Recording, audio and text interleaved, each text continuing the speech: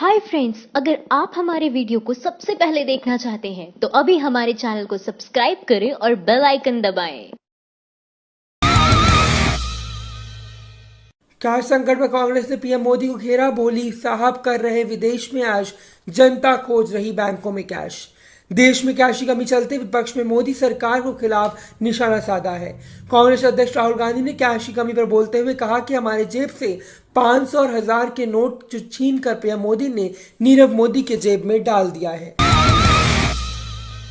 घोटालाराज, एक और बैंक घोटाला आया सामने। वडोदरा की कंपनी ने किया 2654 करोड़ रुपए की धोखाधड़ी। मोदी सरकार को देश के सबसे ज्यादा बैंक घोटालों के लिए जरूर याद रखा जाएगा। बैंक घोटालों में अब एक नया मामला सामने आया है। वडोदरा की कंपनी डायमंड पावर इंफ्रास्ट्रक्चर पर 2654 करोड़ रुपए के बैंक घोटाले का आरोप लगाया गया है। आरबीआई रिपोर्ट, छोटे उद्योगों के लिए घातक रही नोटबंदी, एक साल में बैंक डिफॉल्टरों की संख्या हुई दुगनी।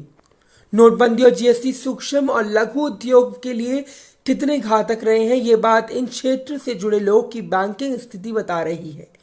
एक आरटीआई में सामने आया है कि क्षेत्र से जुड़े बैंक डिफॉल्टर की संख्या एक साल में दुगनी हो गई। मतलब उनके पास कर्ज चुकाने के पैसे भी नहीं है। इस तरह देखा जाए तो मोदी सरकार के ये दोनों कदम बैंकों के लिए भी नुकसानदायक रहे हैं। आरबीआई रिपोर्ट, नोटबंदी के बाद बंद हुए 500 और 1000 के 99.3% नोट बैंकों में वापस आए हैं। मोदी के दावों का खुली पोल। मोदी सरकार की नोटबंदी पूरी तरह से नाकाम हो चुकी है। ये बात सिर्फ रिजर्व बैंक ऑफ इंडिया के आंकड़े कह रहे हैं। आरबीआई के जिन आंकड़ों का इंतजार था वो अब आ चुका है और उन्होंने मोदी सरकार के दावों का खेल बिगाड़ कर रख दिया है। एनपीए पर रघुराम राजन का खुलासा, पीएमओ को लिखा था बैंक घोटालों का प्रपत्र, फिर भी कोई गिरफ्तारी नहीं हुई। फंसे हुए कर्जों इस देश के बैंकों की सबसे बड़ी समस्या बनता जा रहा है। इस कारण देश के बैंकों को सालाना 1000 करोड़ रुपए का नुकसान हो रहा है और साथ ही वो बर्बादी की ओर अग्रसर हो रहे हैं। लेकिन इसको लेकर पूर्व आरबीआई गवर्नर ने जो खुलासा किया है उसके बाद प्रधानमंत्री मोदी पर कई सवाल उठ सकते हैं। मोदी राज में फिर लुटी पीएनबी, वीएमसी सिस्टम ने किया 569 करोड़ रुपए का बैंक घोटाला, सीबीआई ने दर्ज किया मामला। मोदी सरकार में बैंकों घोटाले का काम कम होने का नाम ही नहीं ले रहा है। अब सीबीआई ने पंजाब नेशनल बैंक की शिकायत पर हैदराबाद की दूरसंचार उपकरण बनाने वाली कंपनी को करोड़ों रुपए की धोखाधड़ी का मामला दर्ज किया है। जिस कंपनी ने घोटाला किया है उसका नाम वीएमसी सिस्टम लिमिटेड बताया जा रहा है। मोदी राज में सरकारी बैंक में कंगाल, एनपीए से 2 साल में बैंकों का लाभांश 65.6 अरब रुपए घटा। फंसे हुए कर्ज भारतीय बैंकों की सबसे बड़ी समस्या बन चुके हैं। इन कर्जों के कारण बैंकों की कमाई घट रही है, घटा बढ़ रहा और अब उनके लाभांश पर भी एनपीए का असर दिखाई दे रहा है। लाभांश यानी सालाना फायदे में से बंटने वाला हिस्सा है।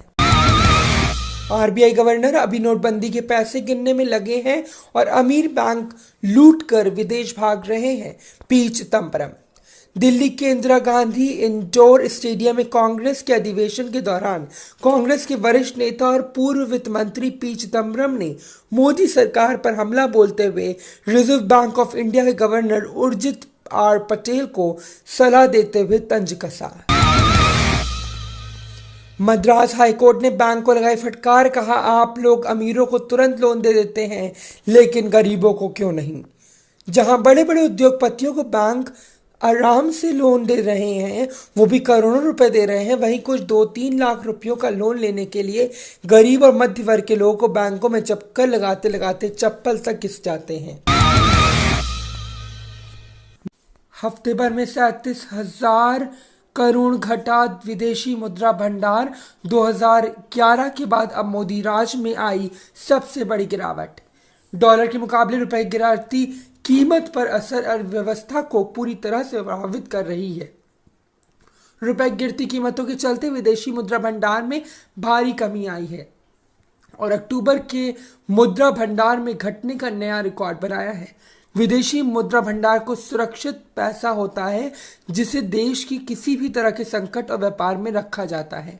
रुपए कीमत डॉलर के मुकाबले लगातार घटती रही है और इस वजह से आयात किए हुए उत्पादों के लिए विदेशी मुद्रा भंडार से पैसा निकालना पड़ रहा है। सीबीआई के बाद अब सरकार की आरबीआई से ठनी, डिप्टी गवर्नर बोले आरबीआई को कमजोर कर रहे हैं मोदी। सीबीआई के बाद अब आरबीआई से मोदी सरकार की ठनी हुई है। सरकार और रिजर्व बैंक के गवर्नर के बीच नीतिगत मुद्दों को लेकर मतभेद की खबर अब आ रही है। आरबीआई के डिप्टी गवर्नर विरल आचार्य ने बताया कि सरकार का दखल बढ़ता जा रहा है, जो कि ठीक नहीं है। इस मतभेद का असर उर्जित पटेल के बाकी कार्यकाल पर खतरा मंडरा रहा है। कर्ज माफी के लिए आरबीआई को दबा रहे हैं मोदी। ऐसे ही नोटबंदी के लिए 2017 में रघुराम राजन को हटाया था। रिजर्व बैंक और मोदी सरकार में तकरार की खबरों ने सियासत में एक बार फिर हलचल पैदा कर दी है। जिस तरह से डिप्टी गवर्नर विरल आचार्य ने सरकार पर आरबीआई के कामों को दखल देने की बात कही, उसे देख के लगता है कि सीबीआई के बाद आरबीआई भी अब मोदी सरकार के दबाव में काम करना नहीं चाहती है। सीबीआई के बाद अब सरकार का निशाना आरबीआई है। मोदी सरकार पर देश की संस्थाओं को बर्बाद करने का भूत सवार है। रिजर्व बैंक और मोदी सरकार में तकरार की खबरों ने सियासी गलियारे में एक बार फिर हलचल पैदा की है। जिस तरह डिप्टी गवर्नर विरल आचार्य ने सरकार पर आरबीआई के काम में दखल देने की बात कही, उसे देख के लगता है कि सीबीआई के बाद आरबीआई भी मोदी सरकार के दबाव में काम करना नहीं चाहती है। रेटिंग एजेंसी एस&पी ने बजाई मोदी सरकार की घंटी, बोले लाखों करोड़ डूब गए, अब अर्थव्यवस्था सुधारो।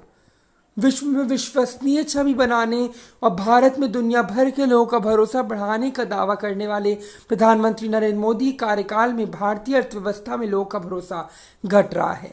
ये बात अब विश्व की जानी मानी rating agency standard and poor global ratings ने भी कह दी है। आरबीआई ने खोली मोदी के झूठ की बोल। आरटीआई में कहा राजन ने पीएमओ को दी थी एनपीए डिफॉल्टरों की सूची।